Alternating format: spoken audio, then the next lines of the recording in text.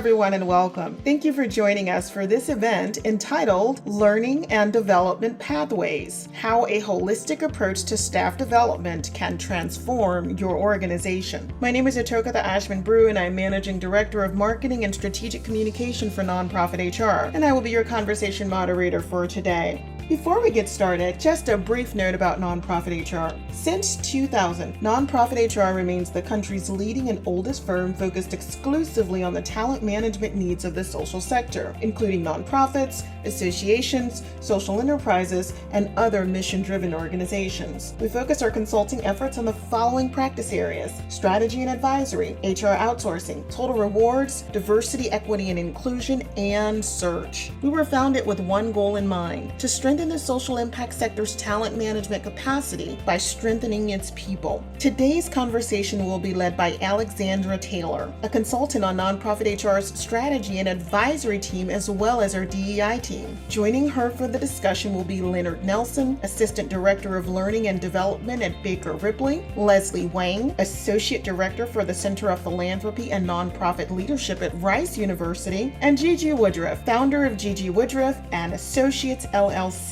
And now, a little about Alexandra Taylor. Alex brings over 20 years of nonprofit experience focused on strengthening organizations around diversity, equity, and inclusion, leadership development and staff training, nonprofit operations and talent management, philanthropy, strategic planning, and stakeholder engagement. Prior to joining nonprofit HR, Alex served as the Vice President of Development and Endowment for the YMCA of Greater Houston, where she served for over 15 years in a variety of roles in philanthropy, social equity, board development, and operations. From stewarding donors to see the strengths of a community traditionally viewed as under-resourced, to ensuring the equitable investment of funds raised across the region, to guiding 25 advisory boards representing 400 individual board members to embrace best practices around board development and diversity and inclusion, Alex worked to create social equity in all spaces. And now, I will turn it over to you, Alex, to share a little about strategy and advisory and more about today's panelists.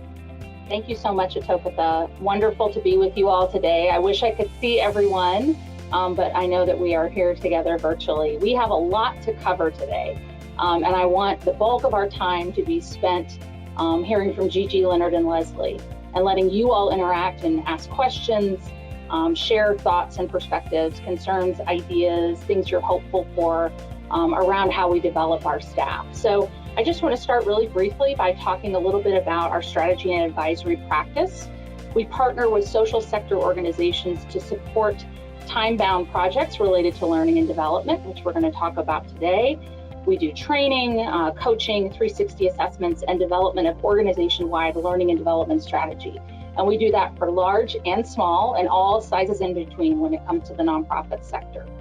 We design career ladder frameworks and competency mapping. We provide cultural assessments and HR assessments. We do workforce planning, performance management, both for all staff, as well as working with boards of directors to design performance feedback programs for the CEO and ED role. And we also regularly partner with nonprofits in the social sector to provide what we call strategic advisory on demand support, which connects an organization to an HR consultant for guidance, advisory, and thought partnership in response to their HR needs. So that's just a little bit about who we are as a practice. Today, we're going to do a brief introduction of our panelists here in just a moment.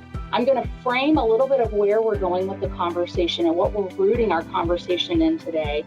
And then we're going to spend, like I said, the bulk of our time asking questions, reflecting on quotes, thinking about trends and things that are happening in leadership and learning development. And we want to be able to hear from you, the audience. So again, just like Atokatha mentioned, use that question panel to pop in and ask those questions in real time. Atokatha will be monitoring those, and we're going to pause at different points through the webinar to give us a chance to respond to those. And just reminder to use that box as opposed to the chat box. Chat box won't let you get things to us as quickly or as efficiently. So right now, I am going to ask our three panelists to come on camera, and I'm going to share a little bit about them as they come on camera and come into sound. There's Leslie and Leonard and Gigi. So I'm going to start with Leonard. Leonard, as you heard, is the Assistant Director of Learning and Development at Baker Ripley, formerly Neighborhood Centers, Inc., which is a community development organization ranked in the top 1% of nonprofits in the nation. In this role, he leads the Learning and Development team. Leonard works with the People and Culture team to execute strategic agency initiatives in areas of organizational development, leadership, human resources, appreciative inquiry, and training. Prior to joining the team at Baker Ripley, Leonard served as a staff member at the YMCA of Greater Houston for 23 years. Thank you so much for being here today, Leonard. Leslie Wang. Leslie joined the Center for Philanthropy and Nonprofit Leadership at Rice University in October of 2018 to help launch the Leadership in Action, a certificate program for first-time executive directors and nonprofit professionals who expect to take on that role as the next step in their career. Ms. Wang is a Houston 2000 Teach for America Corps member and a graduate of the University of Texas at Austin, where she received an MBA focused in nonprofit management. Previously, she served as a program officer at Houston Endowment, a private philanthropy in the greater Houston area, and she serves on the board of Texas Partnership for Out-of-School Time and maintains a small consulting practice focused on governance strategies for nonprofit organizations. Welcome, Leslie. And Gigi. Gigi Woodruff is a compelling and enthusiastic facilitator and consultant, recognized for her ability to engage an audience in dialogue and collaborative learning that advances understanding and a commitment to action. Dedicated to developing the whole person, her approach to leadership development has always been rooted in aligning and leveraging personal and professional strengths while deepening one's emotional self-awareness and empathy for those who lead, or for those they lead. Until expanding her consulting company to a full-time enterprise in 2020, Gigi was the Director of Leadership Development and Board Governance at the YMCA of the USA, where she focused her attention on developing executive and volunteer development initiatives to advance a leader's confidence and confidence. Whew, all right, we're ready to go. So what I would like you all to do as part of like anything else you want to share about yourself, but sort of framing it with this question. I know that each of you, because I know you, have a real passion and commitment to developing leaders in and across organizations, and specifically nonprofits and in the social sector.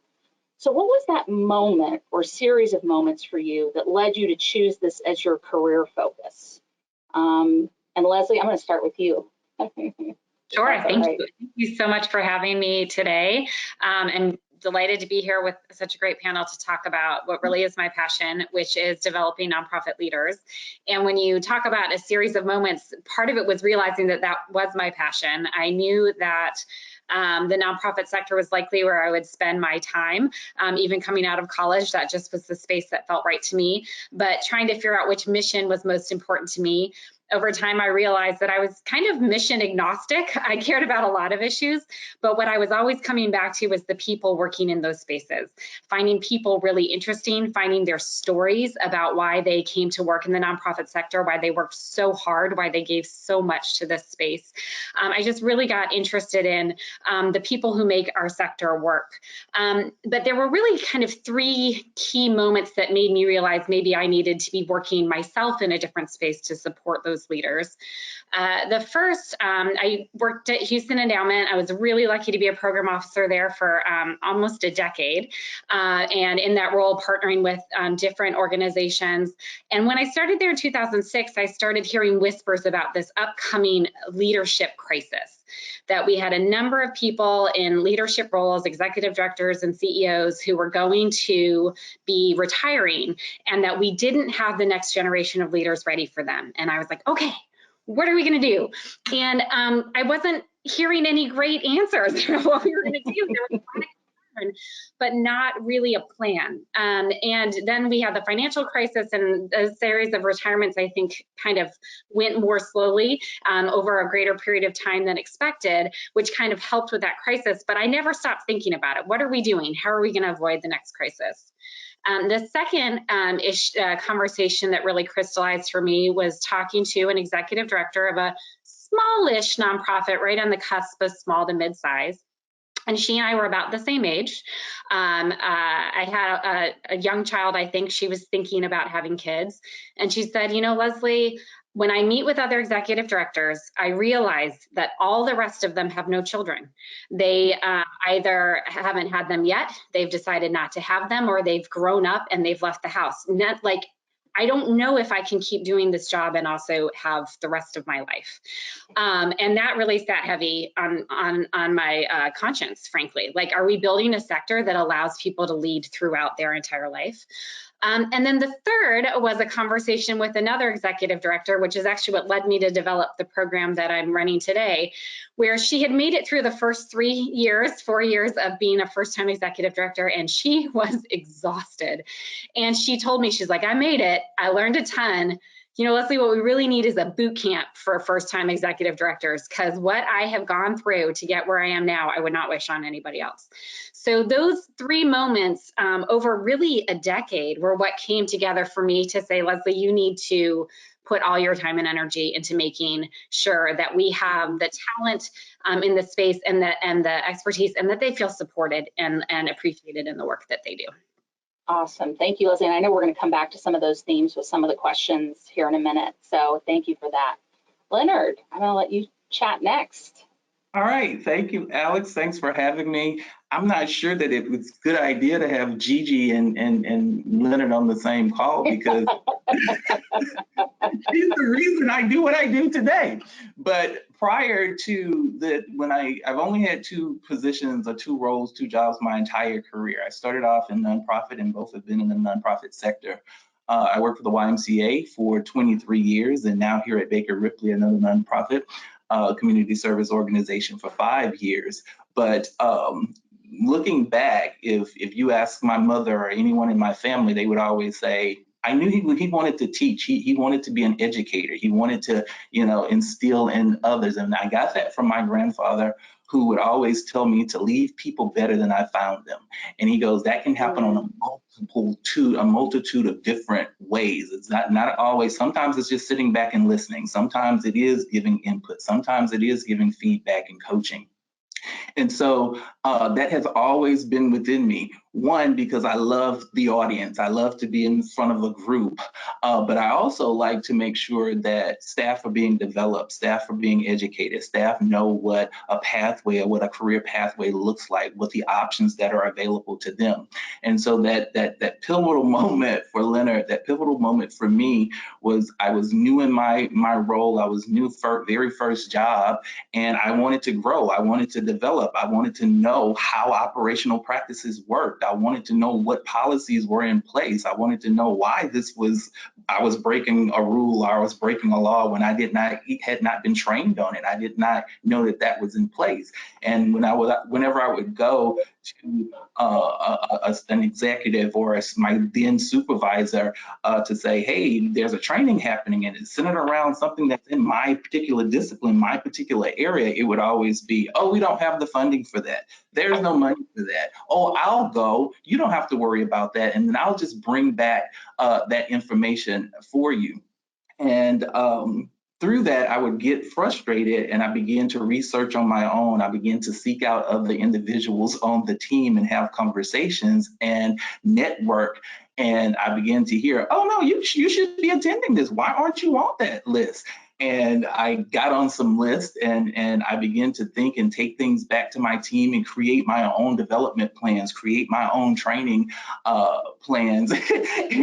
and through those pieces, I remember saying, because I do sessions now and I give, especially people managers, those are in charge of other individuals, I say, you know what? Think back to that time. We've all had really great managers, and then we really had those not so great managers and directors, but you learn from both. And I learned and I took away from those individuals who did not want to invest in me, who did not think that education and creating a career pathway for me, who wanted to hold everything in and not share, because they thought, if I share this, then this person may take my job, or they may make me look bad, and not look on the backside of it as saying, hey, that's a reflection of me as a manager, as a supervisor. I've developed this person that they can actually move on, and I can recommend them for this particular role or for this particular job. And so that was instilled in me early on, my first couple of years of an employment with a nonprofit, that one,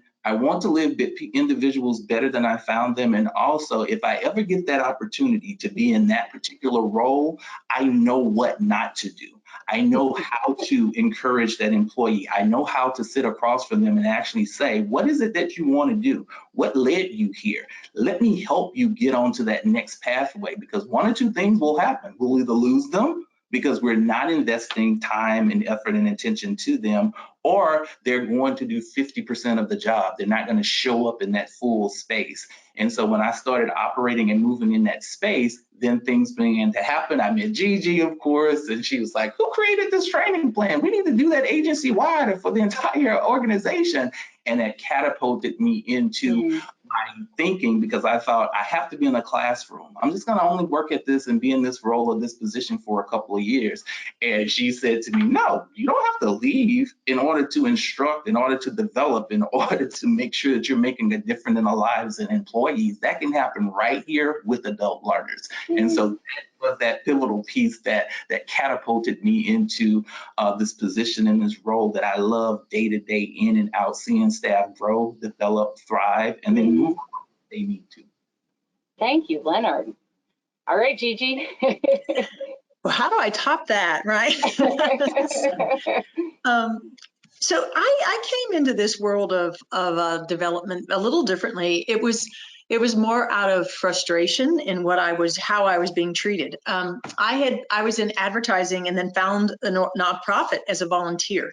I had to fill my time, right? I mean, I just couldn't find anything that I felt really, passionate about in the work I was doing. So I found volunteerism through an organization, and I was shocked at the lack of development opportunity, training, even equipping for a job that we were being held or that we were given. So I found what I called back then a scarcity mentality, much like you just heard Leonard reference, that if I equip you, I'm doing something less, I might be hurting myself.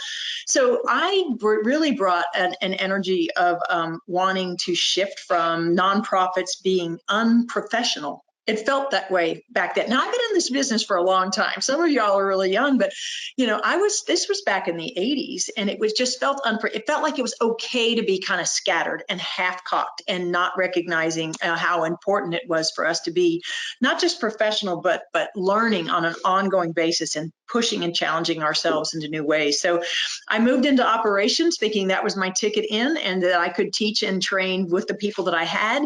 And then as opportunities came up, everybody said, well, what do you want to do when you're here longer? It was like, I want to do something nobody's ever done. And, 25 years ago, we started the first learning. Leonard actually came through that and took that job later after I was gone from that. But we created our own learning development opportunity for the organization that then served the community and then served as a model to the whole organization nationwide.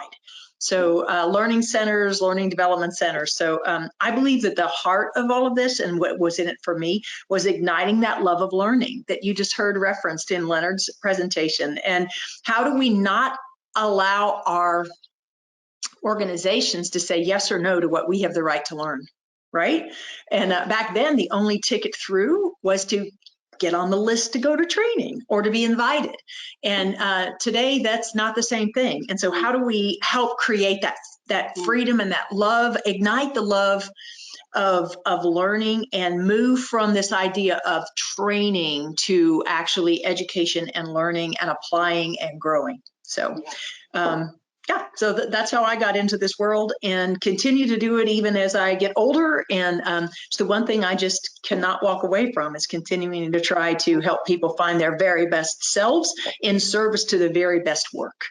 Yeah. Ooh, beautiful. Thank you all. And I wanted to give everybody a chance to share how they came into this, because I think it helps frame where we're going in the conversation today. And hopefully this, even just in hearing how people came into this work, specifically the things that they care most deeply about, you, our participants who we're doing this for, who we're holding this space for, are being encouraged and inspired to think about your own role, whatever that is in your organization, and how you can kind of foster some of this, whether you are specifically in a learning and development role, or you're an ED, or you're a program director, whatever your role is, we want you to be encouraged to start thinking about that. So before we keep going into the next set of questions, trying to advance my slides here. There we go. Oops, one back.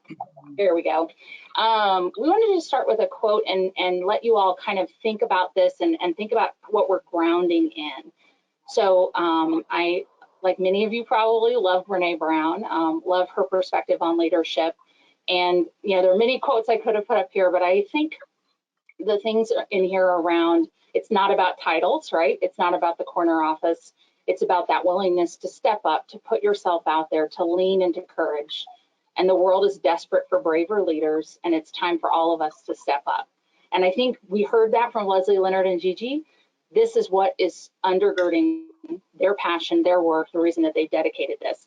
And so much of this is rooted in having trust in your organization and the building of trust. And you're going to hear us reference this. This is a key principle for those of us in nonprofit HR. This is what we talk about all the time with organizations. We try to spend as much time as possible emphasizing this with organizations, that each of us have a role in helping to build trust within our organizations. And it is the bedrock and foundation to keep employees engaged and committed through whatever challenges or opportunities you're facing. And we're all facing a lot of them right now. And we're going to talk about some of those specifically today.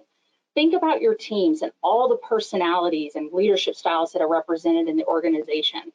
And the critical piece of all of that, the teamwork, the learning, the collaboration, is trust. So how do we build it? How do we create a culture in which people feel safe and seen and heard and respected, all those things? That's what we're talking about today.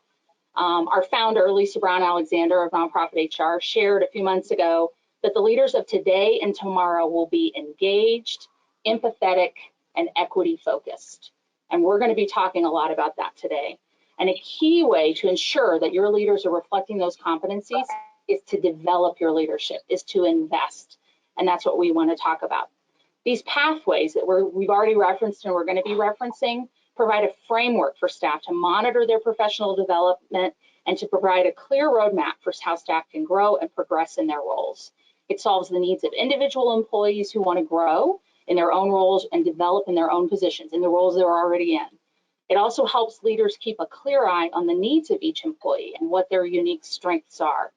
And then pathways help organizations as a whole reach their strategic and business goals to advance their missions, and we're going to talk about that too.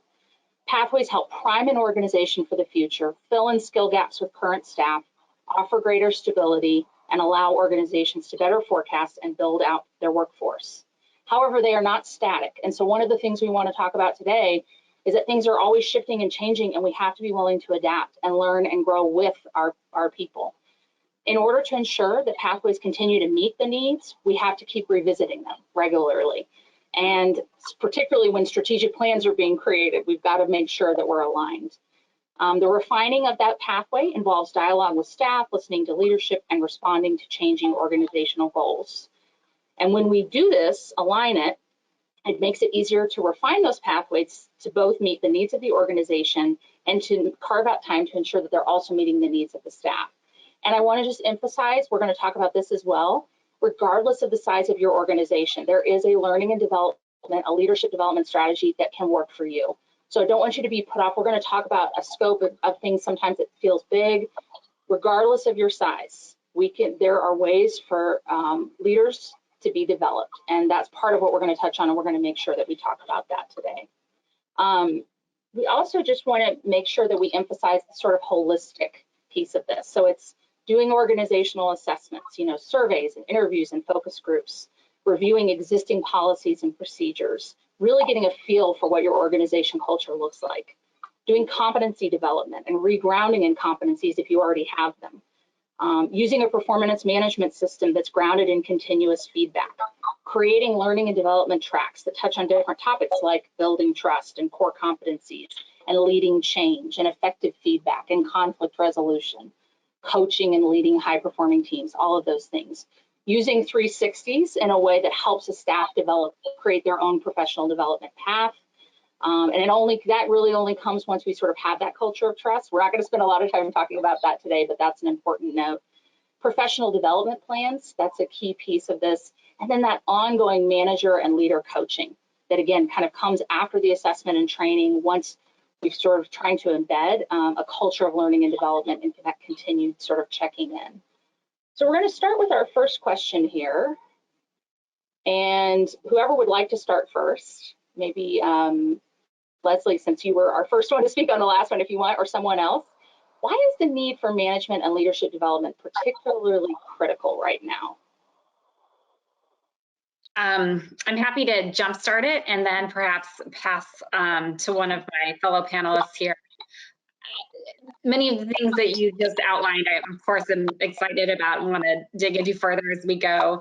But when I think about why it's particularly critical, even though it's always been critical, but why is it particularly critical now? I really do think about how the world is offering us so much right now. And it's offering that both in terms of opportunities and in terms of challenges. So when I first started out making my way in the nonprofit world in my career about 20 years ago, I felt like if you want to do good in the world, you kind of either go into the nonprofit sector or you go into the public sector. Like those are kind of the ways. Even in business school, trying to find out more about corporate social responsibility or things that those opportunities are very narrow, right? So if you want to really focus your work, that you need to look at one of these sectors. And you're really probably looking at a job, right? That in traditional employment. And now what we find, I think, is that as the pandemic has so painfully highlighted, that there are many ways to do this work. There are many places to do this work from, as our opportunities to support important work come across, not just like we don't necessarily need to be employees, we could be volunteers, we could be freelancers, we could be contractors, we could be part-time, we could be in any part of the country, serving another part of the country. And so this idea that there are many, many pathways to have an impact within the sector, and then many pathways outside of the sector, where you could have a B Corp or a low profit LLC or things like that, where you could maybe not make the trade-off between financial return and serving the public good. So I think that there are so many ways that the world offers us right now to make an impact, and that is a reason we want to make sure that we are capitalizing on those and also helping our leaders and our teams feel invested and engaged in the work that we're doing in whatever way that we are doing it. I also think that the world is offering us a lot of more opportunity to serve. So whereas maybe in another time, we might have looked at just the issues around us and said, okay, this is what I'm seeing every day that I want to make an impact on. And now we again have the possibility to work on international issues, to work on things across the country from our very own homes. And so there's just so many possibilities that come out to the wonderful talent and expertise and folks who are interested in doing this work. And how do we make sure that we're not only finding them, but that we're appreciating them, engaging them, and growing them? And the one little note that I'll just leave as we go out is, when I think about pathways, sometimes those pathways are through our organizations for a long career, and sometimes they're pathways through our work for a short period of time as they go on to their next way to make a change. And so I think that's another important piece, is just recognizing that a lot of us are taking winding roads, and that we need to prepare for that and take advantage of whatever great time and opportunity people are able to give when our paths cross. If I can take that metaphor to the very end. we can keep using that metaphor through this whole thing. It's a good one. Leonard or Gigi, what do you all think about this question? Well, I think that it's critical, particularly critical right now, because companies realize that in order to survive in today's uncertain, complex, and even I venture out to say ambiguous environment, they need leadership skills and organizational capacities different from those that helped them succeed in the past. So that roadmap, that plan that got you here, we can't rely on that anymore. And so I think that there's a growing recognition that leadership development should not just be restricted to a few or those who are close to the C-suite or those executives, because guess what? Those individuals are retiring. And if there hasn't been any succession planning in place, companies will be scrambling to find that next leader, to find and fill that next role or that next position. So for me, it's critical that companies look into educating the next generation of leaders in order to build sustainability. Couldn't say that better. But extend a little bit onto that, and I think both of you are right on. But we also are leading a different world. We didn't just face a pandemic. We also faced social injustice, and we faced economic challenges, and we faced unemployment, and we faced an employee challenge where people don't want to come back to work in the way we work. So we are at this precipice of shift and change that we just can't hope for March 10th of last year, which is when my organization shut down, right? If we're yearning for last year, we are not doing service to the world that we're in. The world required different leadership skills over the past year. I actually have a joke, and I say I'm not reading anything that wasn't written before December of 2020. Because if it was written in 2018, there's no way it's relevant to the world we faced, right? So the world that's now is, you mentioned a few of them, it's VUCA. It's to borrow a military term, volatile. It's uncertain, it's complex, it's ambiguous, it's scary, right? And the leadership skills that we have to help people understand and navigate is not at just the top. It's not on the CEO's head. It's on our board's head. It's on our operators' heads. It's on the front line that we're putting at most risk, right? So the 3 competencies, if you're studying, and I'm a geek that still studies, I don't know why I don't have to, but I do. Resilience is the #1 competency. How many of you have that in your competency model? It is about patience and the ability to sit and not try to change something that we can't change yet and just let it ride. And it's about co-creation. It's the ability to come together and recognize we don't have the answer for today's challenges and that we're going to have to come together to find a way to do that. And that is how we teach management and leadership, by not teaching it, but giving them the responsibility and then debriefing and coaching and extracting insight from it. You've got to let people fly, and you've got to let people fail. And you've got to let people try, right? And we hold these lines so tight to say, that's not what you do. That's not your job. And we don't have enough people right now to stay in the lanes. We have CEOs running front desk offices. We have CEOs driving buses to daycare. EDs that are out there doing all kinds of things that they never thought they'd do on a pool deck again, right? Whatever it is we do, serving lunches, making lunches. So I think the world just handed us the opportunity to just step into leading with courage. And by the way, people tell me all the time in coaching, I need to build confidence. I want confidence. You don't build confidence without being courageous. You just don't build confidence without stepping in with courage, trying something new. That's where confidence comes from. Even if you fail, you will learn and you will be okay. That's confidence. So. And that actually leads really well into our next question. There we go. So as we drill in a little bit more, right, into what organizations are facing right now, hybrid work environment, like what we're trying to do here, right, today, connecting virtually, trying to encourage each other, help us feel connected, limited resources, budgets that are small, whether you're a small organization or a larger organization that's just facing some budgetary uncertainty. And that question that gets asked sometimes by those in leadership and organizations about the return on investment, right? What is this actually going to do to benefit our business, whatever our business is, or our budget, our bottom line in the organization? So whoever would like to kind of jump in and start, how do organizations kind of address this with their learning and development or their leadership development strategy? I would say I'll go, Alex. I would say one way I would think that to bring more awareness and to increase internal learning and development is to provide learning sessions and pathway sessions, group sessions, and tours of different parts of the company virtually. Yes, in many cases we are virtual. In some cases we're doing both. We're in the office. Today I'm in the office. Yesterday I worked from home. will not only make people more aware of the role that they're currently in or the role that they play within that company, but it can also lead to new ideas and innovation as more of the team becomes exposed to the workings of the overarching business practices for that particular organization or that company.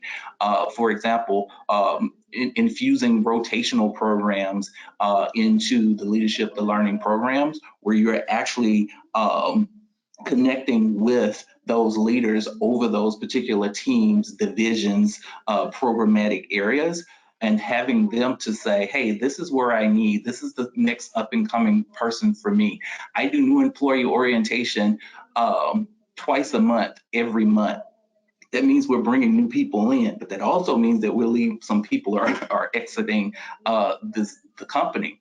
But in that session, it never fails. We're virtual now. It used to be a full day face-to-face session, but we're virtual now. But when we did and it still happens today, but when we would do those face-to-face sessions, usually by the first break, when I would give them the first break, I would get bombarded with new hires coming to me saying, oh my God, I didn't know Baker Ripley did this, or I didn't know you guys did this.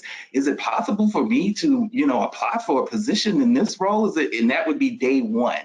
And so I would say, because we are a strengths-based organization, we believe that leadership exists on every single level. You don't have to have that title in order to lead. You can lead right where you are. And so, yes, we don't frown at that, but you know what? We do have policies and procedures in place. And so we need you to show up in the role that you applied for, at least for this first year, so that you will grow, you develop, you learn about the culture here, you learn about that, you start networking, you get yourself involved in the engagement opportunities that are out there, so that when it comes time and you do want to make that move, that hiring manager can say to you, yeah, I support this 100%. They'll be more than a great asset to this particular team, and we have readily prepared this next person to come in and take that individual's space. In a rotational program, that helps then with resources, because we're having these, what I like to call kickoff meeting with those divisional leads to make sure that this is included in their budget. So it's not just coming from the learning budget, or as, oh, we think that should be coming from Leonard, or that should be coming from this budget or that piece. But no, we are working in partnership to make sure that what it is that you're delivering on, we're supporting you that in the area of staff development and making sure that you have the right person in the right role, in the right fit for that specific position. And then the last piece is actually to involve, if you're doing that, I'm sticking with the rotational program, that you involve those key leaders in the strategy meetings so that they actually understand it. I feel like a lot of times we get pushed back and things don't take place, and challenges come up, and we want to make sure, because we use that appreciative inquiry language here, that we want to change that challenge into an opportunity. Well, we're not saying that the challenge isn't there. So after you've gone through and you've pontificated about all of these issues and why this is not, now we need to know, how can it work? What is it that we can put in place? And so if we have those meetings and you're sitting across from me, we have this other saying here that individuals commit to those things that they create, that they help, that they have buy-in to. So now my name is going to be on this. I don't want to look bad. I want to make sure that I show up. Where am I? What is my role? And I think that if we involve everyone on every single level, that then, because things are going to change, change is inevitable, right? And so it's not like, oh, this just happened, nothing. No, we're now in this space. We had to pivot, keyword that everybody's using through this whole process, but we're going to always have to pivot. I think everyone on this call, in this learning and development, this leadership development role, we've always had to pivot. We've always had to make a change on the drop of a dime because something has happened. This did not fall through. You need to make this shift because something new has changed, and they look to the leadership development team to embrace those pieces. So I think that being able to use resources and tools that are within, get buy-in from those business partners, and then connect with them and have them being a part of that strategy, have them playing a role, have them to actually What is your knowledge, skills, and resources? What are those critical pieces that you need for this particular role on your team? What are those leadership competencies that you feel like every single person that comes through this door and is going to be represented here, they have to have? And then what are those extra ones that we want to create and help involve in that staff person? Because then that's on my side where I can say, oh no, I can get them there. I can help you with that. But there should be some key skills that every single person that's coming through that door for your particular area possess and own, and then everything else we can work with them with. Awesome. All right, we're going to pause here. Tokatha, do we have any questions that that came in from our participants, from our audience, that we'd like to pose to our panel? Hey, Alex, and yes, we do have a question. And it is, do you suggest learning development as a requirement for staff, or is it optional? Who wants to jump in on that one? Ooh, I'll take a stab at that. I think it is yes and. It is not an either or. So I think there are certain jobs in all of nonprofit work that require certain competencies and skills and some certifications and some legal requirements. And so I think you always have to have an eye on the things that are driven by safety or standard, depending upon what your nonprofit does, that absolutely has to be mandatory. I mean, you can't put people out in youth work without understanding safety and abuse prevention and reporting procedures and thinking about what to do if you have a child who gets sick, or first aid, or some of those things that are required by kind of state and standard of your org. And if you don't have those, perhaps maybe you should work with another arm of your organization and figure out what those need to be. So those, I think, those are required. But when it looks at, and that is part of leadership development, that's part of your management responsibility. And I think there's a huge differentiation. We need to differentiate between when a person is being called. There's two times that people learn. It's when they are up against a wall and they are struggling and challenged and, oh my God, I'm going to lose my job if I don't do something. And there are times when they are called to passion and great desire. So part of our jobs in leadership development and in leadership and in supervision is to help people figure out where they are on that continuum and to find the aspiration to actually want to be involved in continuous learning, whether that's through training, certifications, education, MOOC courses online. Just reading is enough, right? Coaching, strategizing. And so I think if we create the culture of hunger and a culture where we want to be better, then it is not requiring ongoing development as much as it is not getting in their way. So yes, Ann. Awesome. Thank you. I think it's important to genuinely create space for that.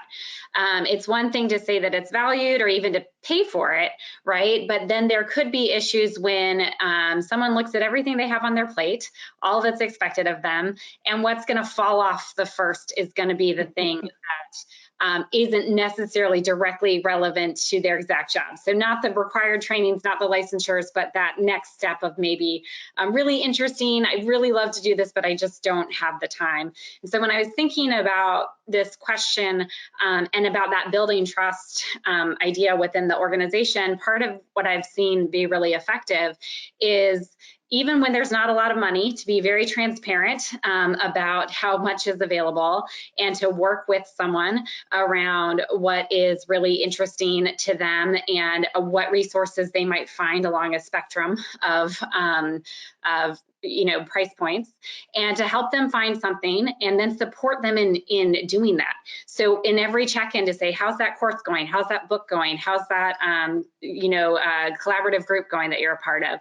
And letting them know that if they're having trouble finding the time for that, then just like any other priority, that if you're the supervisor, part of your role is to help them rejuggle, move some things off their plate, help them with their priority list to do that. I think it's unless that there's that positive reinforcement for something that isn't required, it's very, very easy for it to be something that everyone intends to have happen that just doesn't end up getting the attention it deserves. So deliberately making space. And I thought of Leonard's when he was talking about kind of sharing with the group, putting your name on something, giving that opportunity, especially if it's a smaller team, right? Maybe you've gone through some professional development and you get to present to the rest of the staff what you've learned and what the takeaways are, and maybe make some recommendations for changes to the organization. So I think that can be, it's a way to kind of downsize what can happen in a larger organization, is to just think about individually supporting professional development and learning goals, and then making sure that as those take place, the team members have a chance to shine and really share what they've learned. Fantastic. Thank you, Leslie. So we've talked about this next question a little bit. I feel like we've referenced it. So if there are additional things that we haven't already hit on, we've talked about sort of how we engage the other staff. We've talked about what are sort of the required management trainings and what does that additional leadership development look like. When you think about those essential elements of something that's really robust, what are the things that just really stand out to you? It could just be a couple of things. It could be a full spectrum. Love to hear a little bit of reflection around this. So I'll go. Just to name a few, I would say, depending on your caliber of company, your company that you're working with, you would need to have executive buy-in so that they are supporting what you're about to roll out, or what you're going to have an enhancement to piggyback just a little bit, Alex, on the last question from the group. I agree with both Leslie and Gigi. That's a yes and no. But if you're saying yes, please, please, please make sure that there are opportunities available for those required learning. So back to the learning and development program with an organization, executive buy-in. I think that's really important, that you actually embrace a culture of learning, that everyone know that if you come and you are part of this organization and you join us, you become a team member, here's what you can expect in the areas of learning within your first year, within your first year and a half, or first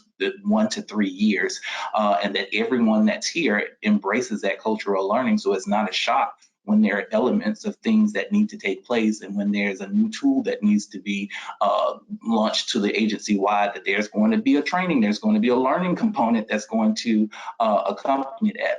What has been resounding for me and for us is that you have sound technology to support everything that we're going to be doing in that space, including and up to, tracking and reporting and how we're connecting today, that we actually have the technology pieces to support that. And then I think the other just basic pieces that we would possibly all agree on is that you have a framework for your curriculum development, and that you have some method of evaluation or methodology to demonstrate return on investment for those teams.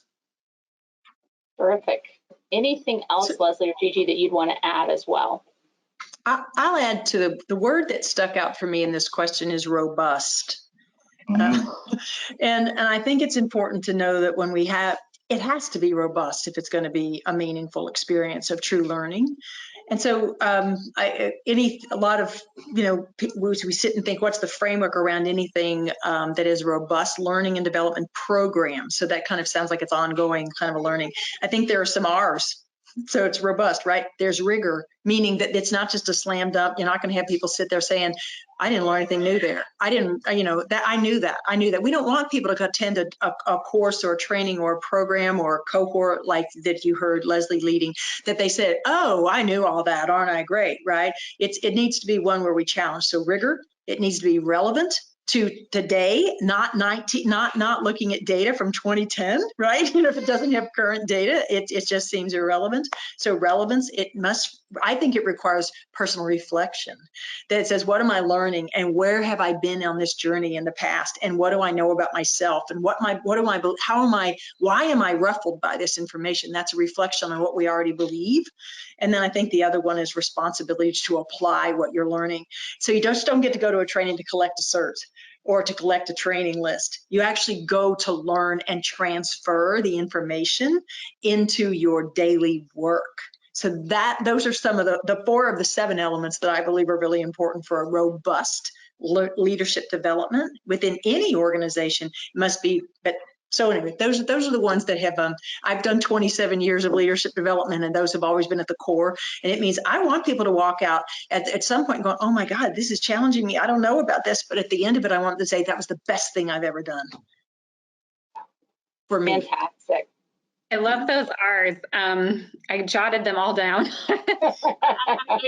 I completely agree. I do want to maybe put on the lens of, again, a smaller or even small mid-sized organization where, especially these days, the idea of a super robust program might feel overwhelming. But I actually think these R's can all apply even in a smaller organization that is maybe starting to put together a framework for this. What I would throw out there, I think also in my experience of talking to different leaders, is that idea of, and those transparent conversations that build trust about what kind of professional development is someone looking for, that there's the professional development the organization needs them to do, right? But then there's also the questions of what professional development will help you feel valued and engaged as an employee. So that question of, are you looking to grow within your role? And also, what are you looking to grow into your next role? So those questions, I think, can really help figure out how to build an individual plan for a particular team member, and then help them figure out maybe the relevance is to their next role, but especially if you're growing them for within the organization, that can be huge and can help them build that confidence to get ready for that role. And so really having that conversation and recognizing that perhaps some people aren't necessarily interested in moving up in an organization, but really do want to continue to grow and engage and develop professionally, even within a role that they enjoy and don't intend to leave, and what that might look like for them. So it's really, I think, building in these elements into a customized conversation based on where you are as an organization and as a team, depending on how ready you are for something more formalized versus maybe getting started with something a little bit more draft-like, I guess, more of a framework to start with. Fantastic. So there was a really good quote here around how we impact all aspects of the business, but I really feel in particular Leonard's answer around how you work in partnership with all the areas of your business within your nonprofit, within your social sector organization, really got at a lot of this. So audience members, participants, if you want to think a little bit about how you're developing leaders that contributes to business success and start putting some of that in the question box, you can do that. But we're actually going to go to the next question, which is, what do we risk by not investing in our leaders' development? And I think one of the really interesting things that's going on right now, we are seeing what I keep seeing this term, the great resignation, right? We are losing people, not just the nonprofit sector. This is happening in organizations across, but we're going to kind of focus in on social sector since that's our audience today. What are we, so you can feel free to kind of address that and chime in on that, but also what else are we risking if we don't invest in the development of our leaders? I'll start. And Alex, I think for me, because that's a huge point, it's that risk losing not just their people, but their best people. I'll put the word best in front of that, because leaders, as well as your employees who aren't offered training and development opportunities, they're likely to look for another role at another company that does offer what they're looking for, some sort of ongoing training, and provide some type of support for those individuals to achieve their career goals, because many of them coming right in first year like I was, and they have career goals and aspirations. This is going to lead to higher recruitment and training costs, not to mention potential damage to the company reputation, because we love to talk.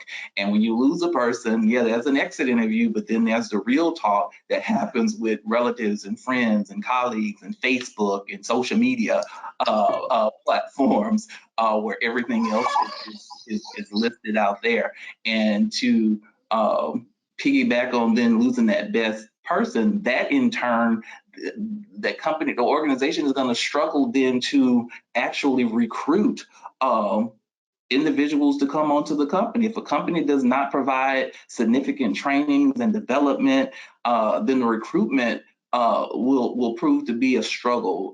Potential employees, they immediately identify that they won't be supported and think that it's likely that it's going to be a short-lived experience. And so the company expecting performance without providing any type of development opportunities, for me, is just unrealistic, because you want those employees to be engaged on inception. There's a reason that they applied. There's a reason that they wanted to work for that particular company or agency. And then if they are not getting those pieces, they're going to exit out. Those prospective employees will take note of how the company appreciates and how engaged that workforce is. And those businesses that put employee engagement high on their list of priorities tend to find it easier to attract new employees who are qualified, who are passionate, enthusiastic, and it makes recruiting for those positions a breeze for that company. Thanks, Leonard. Yeah, go ahead, Leslie. Okay, Gigi, did you want to go first? I'm happy to. No, go ahead. I'm going to come at this a little bit sideways, but it's something that I've seen a lot in my conversations with leaders as they're taking on new roles. I think by not investing in leaders' development, one thing you risk is being surprised when they leave, and you risk the relationship when they leave. So a lot of times great people are just gonna go. They might find another opportunity, they might get recruited away, and even if what you're offering is fantastic, they love their job, the next opportunity just might be intriguing to them. And I think by having a culture that invests in leadership development, you're automatically on a continuous basis having those conversations about what that leader is looking for, or what that team member is looking for in terms of opportunity and growth. And as much as you can to create that opportunity for them, but maybe it's not there. Maybe they want to become a chief financial officer, and that role is not going to be available to them within your organization at this time. So they are much more likely to let you know when they are thinking about or preparing to take on a different role. You can have that transition, that succession be much smoother. You can protect that relationship. So maybe in the future, when there's an opportunity for them to come back to your organization, then they're interested. So I think a lot about, and I don't have the exact numbers, Alex, you may have them, about just what's happening now with the number of roles that people take on. And I do think part of a leadership development program is actually anticipating departures, having time to do those really well, and leaving the door open to conversations for people to come back or to send others your way because they really appreciated the time of growth and opportunity they had with your organization. I can agree with both of that. I'm going to add one other little layer to this. I think the not-for-profit sector, the social sector, has got to stop thinking about my org and start thinking about sector. And that we should be able to share leadership, and that we should be able to recognize that some people do this really well, and it's not a problem if we work with another nonprofit over here to do something what we do well with them.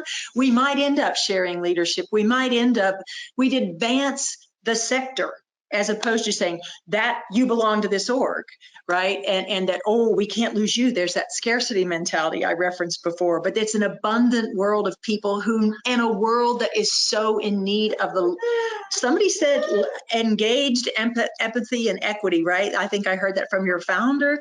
It's that how do we recognize that we need each other more than ever now, and that we must be building our leadership development strength collectively. That's why people like nonprofit HR to exist, and other organizations like that are not afraid to say, I have a great ED program, executive development. I have a great emotional intelligence program. I know how to train coaches within an organization, and to offer that unabashedly to other not-for-profits, especially the smaller ones, so that we leverage the sector in service to the people who are hurting. That's why we moved to a nonprofit sector, not because we flailed out in the business world, but because we love the work, right? And so I just think that there's something, if we don't do it for ourselves, we just won't continue to flourish, and the sector will be more challenged than it is. Thank you, Gigi. Atokatha, do we have another question right now, or do we want to wait till we get to kind of our formal Q&A? No, you do have a couple more questions. I can start with one. How can younger staff, non-executive level staff, advocate for professional development? Examples include tuition reimbursement, larger budgets for professional development, time off for professional development, especially for employees without children. Who wants to jump in on that one? I don't think that's really younger people advocating for that. I got a master's at 50, so I mean, I think that's all ages of people advocating for that kind of development. And I think it's funny that we frame it in younger people finding a voice in non-senior leadership role. I think it's a matter of the awakening of the sector to recognize that in order to be competitive enough to keep the brightest and the best, or to even attract them, those are not going to be icing. That's going to be a central thread that we find some way. And you know what? We're the philanthropic organization. There are people and there are funders and there are grant providers throughout this world who will fund development and opportunity and tuition support, and we need to advocate for that case. So whether it comes from the youngest of the young, brand new, it should be part of our development portfolio package, even if it's minor, even if it's $200 after a class. It is still saying, I see you, I want to develop you, I respect you, and I want you to continue to thrive and grow. So I just think it's going to become part of the wallpaper eventually, if we can actually see that it's not just about get in here and just work. Because I mean, I had the joke from 37 years ago. I got handed my keys, shown my office, and they said, good luck. And that was about what my development plan was for about my first 2 years until I started getting squeaky. And squeaky by squeaky, I mean advocating for it. This is not right. And went out and did it myself. I think I sold ads to go to a training someplace so that I could have the money to go and took vacation. But nobody's going to stand in the way of people who are hungry of getting what they need, right? So how do we make that just part of our wallpaper? This is who we are and that we believe in developing, even if we have to partner together to do it. Oh, what a unique concept. Any other thoughts on that question? I think that one thing, if I were just talking to someone one-on-one, that I would probably recommend is making sure you set some proof points up for that professional development. So even if it's that you've attended one webinar or one session, today's session, something that you found really helpful, that you're making sure that you're taking that information you gained back to the people on your team and letting them know what you learned and that you found it helpful, and just start building that precedent as you're someone who commits to that learning and development, that you do not only do you participate in it where you find those kind of free or low price point opportunities, but you really bring that back and share it with your team. And then you can use that to build your case for higher levels of professional development. So I think as someone who has a program with tuition tied to it, I'm like, yes, get advocate. You want to advocate for tuition-based programming, but also it's a big leap to something that's pretty expensive for any organization, especially a smaller to mid-sized one. So showing that you have always taken it, that you've got at least a few examples under your belt of really taking advantage of opportunities, bringing the learning back to your team, and showing that return and benefit to your organization, I think could set the stage for a more successful ask. And then making sure you use that to make the case for a more organizational wide program, because if your situation pans out, then you can use that to help support others in their quest for more opportunity as well. Fantastic. Leonard, did you have anything else you want to say about this before we go to our last set of questions? Just a little bit, because I think it's important because it's fresh on my mind because we just wrapped up. I think it should be a part of, for that question, of that individual's performance review process. And so it needs to be included that in this upcoming year, in addition to the goals and objectives that are based for me for the team, and I have some personal things that I would like to accomplish. I would like to go to one workshop. I would like to attend, I would like to return to school. I would like, and in that same vein, and also with that being a part of performance review, that you actually list it out. What can that supervisor do to support you, to help you meet the goals? Well, you know what you can do to help me meet the goals? You can help me seek out some avenues to support my continuous education. What tracks, what's available, what monies are already here. And then I know it comes with the question that you're already in your role, but do your research. If you're looking to move into a different role or into a different company, a different organization, prior to you diving in 100%, those are questions when we get to that part of the interview where is there any question, anything you would like to ask? Yes, what does your leadership development program do? How do you guys invest in employees? Is there a way for us to go, if I'm interested in returning to school to get my master's, is there a program, is there a policy in place that's going to reimburse or meet or pay for a little bit or pay for half? And then self-promote. I'm a little bit older now than before, but self-promote, get to know those people, network when those opportunities come up. Don't just sit back and say, oh no, I'm not gonna go. That's how you're gonna meet the people who has, a reign on, the folks with the money. And so get to know individuals outside of the scope of your service area, your team, get to know others outside of that team so you can self-promote, you can connect and network, and then get to know the individuals who can actually help and support you and advocate for you, or co-advocate with you to get you where you need to be. Fantastic. All right, we're going to wrap up our time today. Well, maybe if I can get to my next question. Sorry. There we go. So we're actually going to go, we're going to look at this quote really quickly, and then we're going to go to another one. I'm going to read this out, and then I want both the audience to be responding. What are your thoughts about these future leadership development trends, where we're headed, what's coming? And then I would love to hear from Leslie Leonard and Gigi as well around this. So, in the future, it's going to be about identifying and developing potential. It's going to be being ready and able to handle all this ambiguity and change that we're experiencing. And the Center for Creative Leadership, which is a research and education company, has identified these 4 trends that are probably going to need to be part of future leadership development programs. One is vertical development. So in the past, which Gigi kind of referenced earlier on the sort of manager focus, very horizontal, fundamental skills, the competencies you need to perform right now at the level you're at. That's still important. We're not minimizing that. But the uncertainty and how things are constantly changing is going to require a stronger emphasis on our leadership capacity for these more complex roles. The other piece the other 3 things that they called out are individual ownership, which Leonard just talked about. Yes, models rely on organizational structures like human resources to sponsor and coordinate, but the strongest benefits are realized when workers are able to determine their own training agenda. And I think each of us could reflect. I heard it in y'all's story, it's in my story as well. So, what the spaces and places where I advocated for my own development, right? Where I said, this is what I really think would help my organization. It's not just about me, it's about how I'm going to help the organization as well. And so how do we ensure that we're thinking about that and we're encouraging the voices from our staff, right, to speak up? That collective leadership, less hierarchy, more fluidity in the workplace is going to require skills that are more widely distributed. Leonard talked about this. Every person in the organization is a leader, right?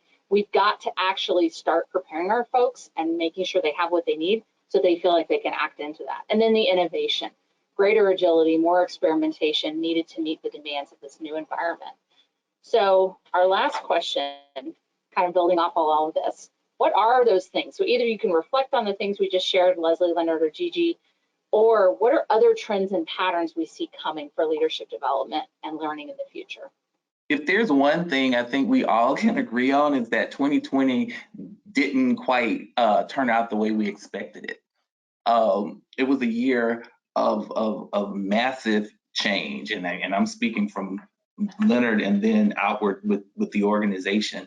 And in fact, the pandemic has fundamentally changed the way we work, how we communicate, and the way that that we learn. So the L&D, the learning and development trends, we should be moving, catapulting to 2022 to be in place to address even changes the more and ensure that we can continue to support organizational performance by taking a more strategic role. So I think it's going to be in the areas of increased diversity, equity, and inclusion, and centered around learning and development concepts and trainings with that, making new virtual experiences, not just engaging as an instructor-led, face-to-face. I never thought that at this date that I would have moved all of what we call our cornerstone programs to a virtual learning component. I literally, even me, and I head up the department, I never thought that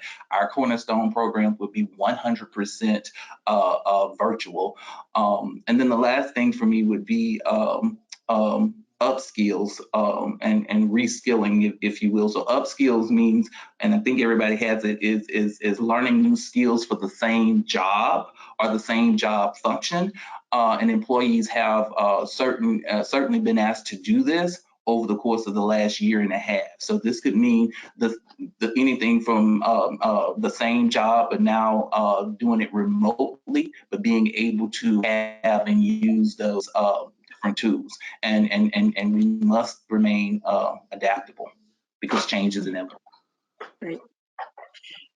I'm just going to add a quick trend around virtual that I have found, and I have been a virtual teacher for 12 years, so last year was nothing new. It was just something we've always done, especially with very high level courses, not just the little pedantic things that you could say you can learn through a virtual lens. But I think we have to teach people how to show up differently in a learning exposure virtually than we do when they attend the Zoom meetings.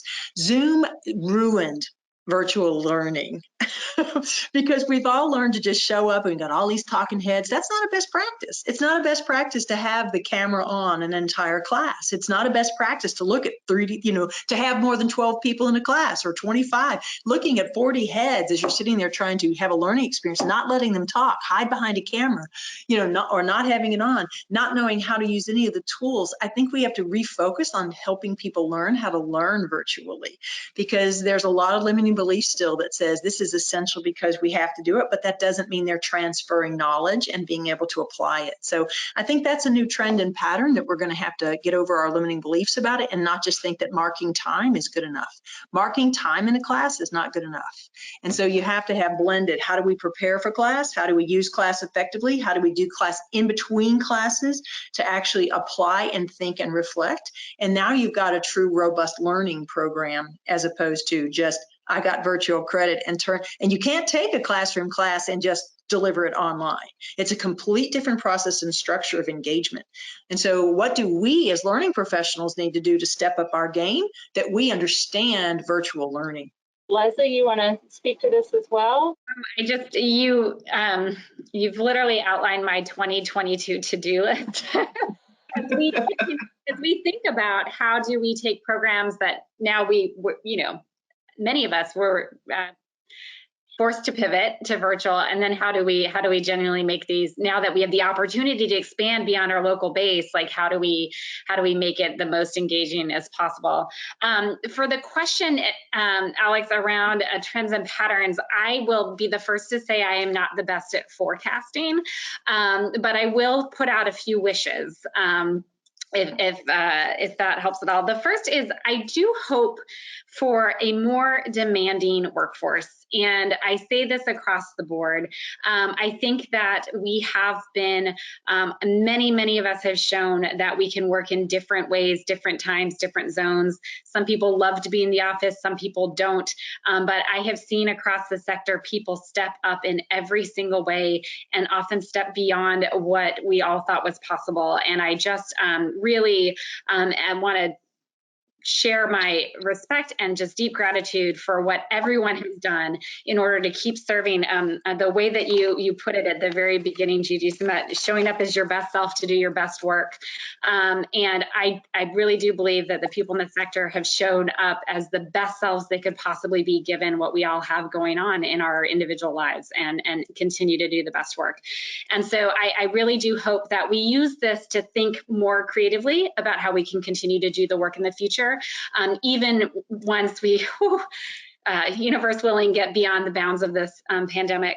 The other thing I really wish for, I have touched on lightly, but just managing turnover. And I love the way that you put it also, Gigi, of like the sector, we talk about the humanity and compassion and empathy of the sector all the time. And I think there's a way we can both support the sector and support careers by making sure that these pathways through our sector are supported and and transitions are done well and for the good of all.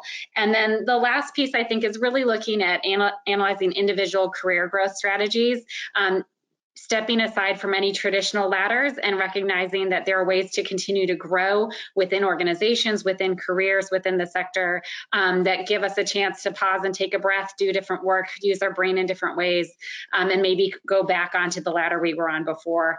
And so those are some of my wishes as we move forward that we take from these last couple of years and really think about what's possible and work together to achieve it. Fantastic. Well, before we wrap, Atokatha, do we have some good questions from the audience and from participants that we might want to do a little rapid fire response here in our last few minutes from Gigi, Leonard, and Leslie? Hi there, Alex, and absolutely. Here's the first one. What tips do you have for fostering a growth mindset among staff? Ooh, who wants to jump in? I hate going first all the time on these, but I will, just because I think about that all the time. I talk a lot about the difference between fixed and growth mindsets. And I think one of the things is, one, we have to learn to cultivate that as we recruit people. So there are ways to identify through people's stories whether they find themselves in a fixed mindset or growth mindset. And I have seen that people can shift. It's not endemic to their personality all the time. And I believe one of the skills that leaders and supporters and peers need to have is the capacity to inquire and coach and prompt and help people harvest the information and insight that they just got from doing something. Because there's something about turning on someone's curiosity that says, I wonder what was behind that. I wonder how that happened. I wonder how I should. Oh, wow, how was I feeling when I did that really well? Oh, how did I feel when I was really crappy and delivered that really poorly? So I think there's a beauty in, it's the gift of inquiry and it's the gift of listening to give, and then helping them encourage, and the appreciative feedback that says, yes, I saw that in you, and encourage them to try it again.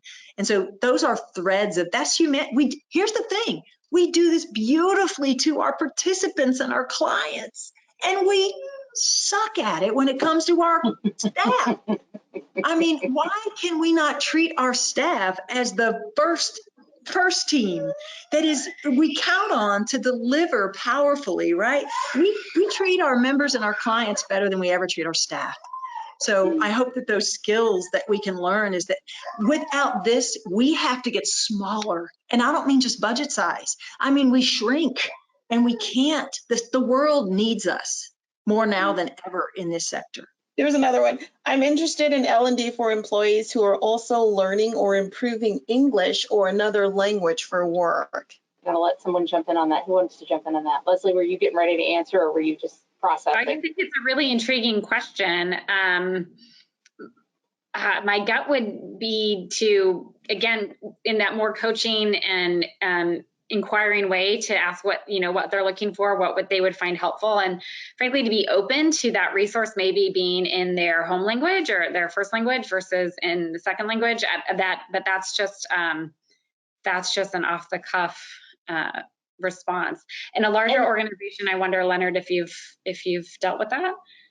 We have an array of different representation here, and so having a learning management system where it speaks to the different languages, so you can actually go in and select that, but you would need to have a coaching feedback session initially with the hiring manager and then the employee to actually have that built into their plan, so we know what it looks like on the backside, so that when they are ready to select and issue trainings, that we can issue it to them in a way that it's going to be productive and that they're going to be able to succeed. So we want to make sure that we're setting them up for success. And so those are one of the pieces that takes place during a feedback coaching session for what is it that you want to do? What is your career pathway? This is what we have in place for you for your first 3.5 years here. But in addition to this, when we get to the bottom portion of that document where it says additional learning opportunities, then that's when we want that employee to speak up and say, yeah, would love to go to some of these things, but can it be in my native language? Or can it be, where it's scripted and I can actually see the content, closed captioning on the screen?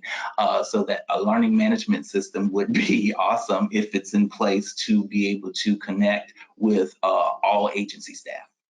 Yeah, I would just say too that one of the beauties of the virtual space is that you can connect with people, sometimes people who are able to train or to help deliver something in another language that may not be on your staff team, right? That may not, so if you're a smaller organization or you're starting to see that there are other needs within your organization, there's just the ability to do that now.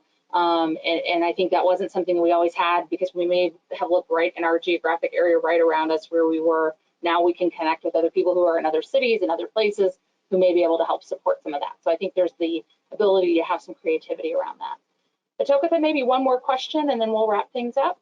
Yep, one more. Here we go. And my organization invests a lot in training, but I keep losing people as soon as they get the skills needed to move to the next level. What can I do, especially regarding my younger employees?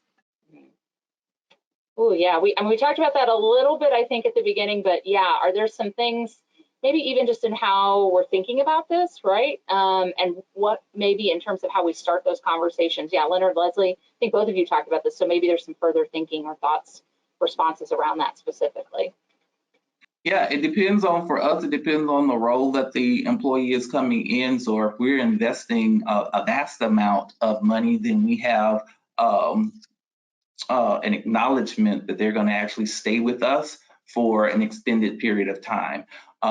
So we have basic tracks. So if you're incoming, that goes back to that, should we require training? So if you're heavily investing in a staff person, in a track, then there has to be some type of formal commitment on both parts. They can't just, milk the cow dry and get everything that they can get from the agency and then say, okay, you know what, got everything here, I'm leaving, I'm going to work over here. So there has to be that commitment piece. And then for the ones who are coming in, there has to be, in layman's term for Leonard, there has to be a carrot. There has to be something for that new employee that's coming in, because we see that all the time. I see it all the time here. New employee, we hire someone and they're here 3 months and then they see, oh, I can make $3 more or $2 more over here. Bye, I'm leaving. And so what is it that we're doing? What is it that we're committing as an agency to say, if you come in, if you stay here, this is what you're going to get as an employee here. So here are your benefits. We call them benefits and perks. Here are the benefits and perks that you will receive as an incoming entry-level staff being here at this agency if you're going to remain with us at least for 3 years. Now, some, of course, it's not absolute, it's going to leave anywhere and do what it is that they need to do. But in many cases, if I can see that I can grow, develop, and thrive, I'm actually going to stay here. Leslie, do you have any reflections on that? I do.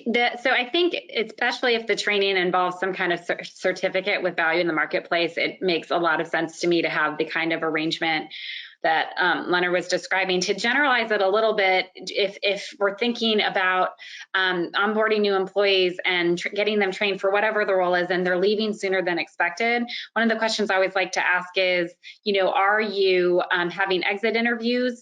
Do you have a full orientation process? Like, let's walk through what that employee's experience was as they started with your organization, and did you really sit down and talk to them about why they're leaving, to understand if that is something with the organizational culture or a mismatch between expectations and reality for the hire and things like that. So I think I definitely can understand the uniqueness of a situation where there's a valuable training or certificate that requires investment, where there's some hopping that happens there that you want to avoid. If it's not that situation where there isn't necessarily that kind of valuable training, but you've just invested in onboarding an employee and you're losing them more rapidly than you expect, I think it takes some real reflection on the part of the organization and some investigation to figure out what's going on.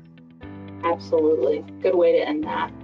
Well, I just want to thank you both, and I want to also just let you know that Gigi, if the internet went out at her house, so the joys of virtual training in the virtual environment.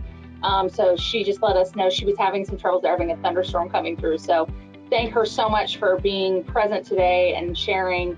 And thank you to Leslie and Leonard as well for your just engagement, your thoughtful responses. I loved all the different perspectives that were present and each of the lenses that you all brought, from the seat that you sit in now to your past experiences to where you see things going. We're just thrilled that we were able to host this conversation, and I hope for each of our attendees and those who will be watching the recording later that there are some insights and some things that you can draw. And if there's something that we can help with at Nonprofit HR, these are all of the ways that we assist organizations. Some organizations engage us for all of these things. Many organizations pick and choose a few things that they're able to focus on or that they feel are most critical right now. But we want to make sure that you all know that we're available. My email address is here. And Atokatha, I think, is going to close us out and share some more contact information and just kind of wrap things up. As Alex said, that's all the time we have for Q&A today. Thank you to everyone who attended this webinar. We hope you found it valuable. Thank you again to our panelists for leading today's dynamic discussion. There are many, many more webinars coming your way in 2021. Be sure to check out our events calendar at nonprofithr.com/events. Also, be sure to complete the feedback survey that will pop up once the webcast has ended. Your comments help us with our planning and can inform topics we cover as well. If you'd like more information about Nonprofit HR and the available services and support mechanisms we have in place to support your organization, please email us at info@nonprofithr.com or visit us online at nonprofithr.com. Thank you so much, and we hope you have a wonderful day.